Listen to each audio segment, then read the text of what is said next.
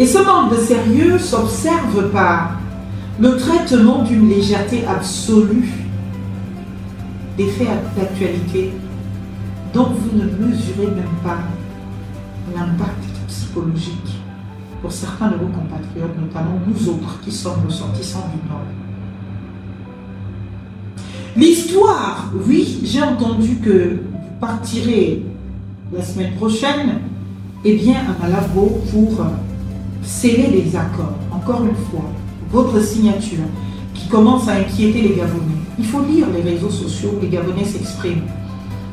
À chaque fois que vous êtes en possession d'un stylo, au lieu que cela rassure les Gabonais aujourd'hui, ça les inquiète, à juste titre. Parce que nous avons peur à chaque fois de ce que vous allez signer. Ce dans quoi vous allez embarquer le Gabon, et nous autres avec. Il paraît donc, conformément à l'expression de vos deux ministres, que la semaine prochaine, vous vous rendrez à Malabo, en prélude du sommet des chefs d'État et de gouvernement. Vous vous entretiendrez avec monsieur le président de la République de Guinée équatoriale pour faire des accords, signer des accords de sécurité intérieure et des accords culturels.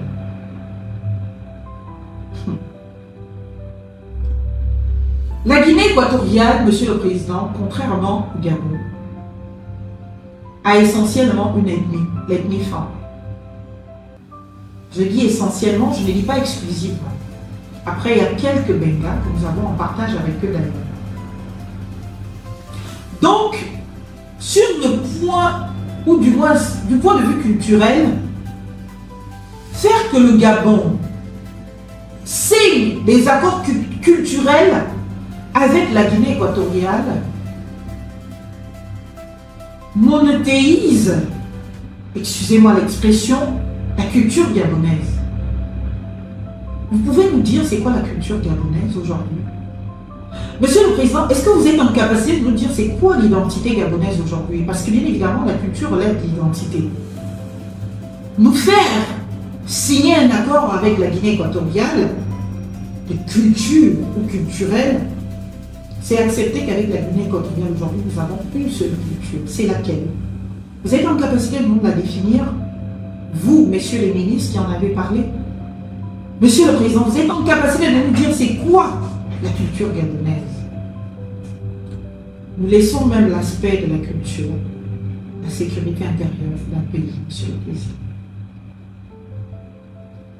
Vous savez, votre principal challenger, monsieur Alain-Claude Bilibizeux, avait dit, je crois à la télévision, lors de l'une de ses interviews, que oui, c'était pendant le référendum.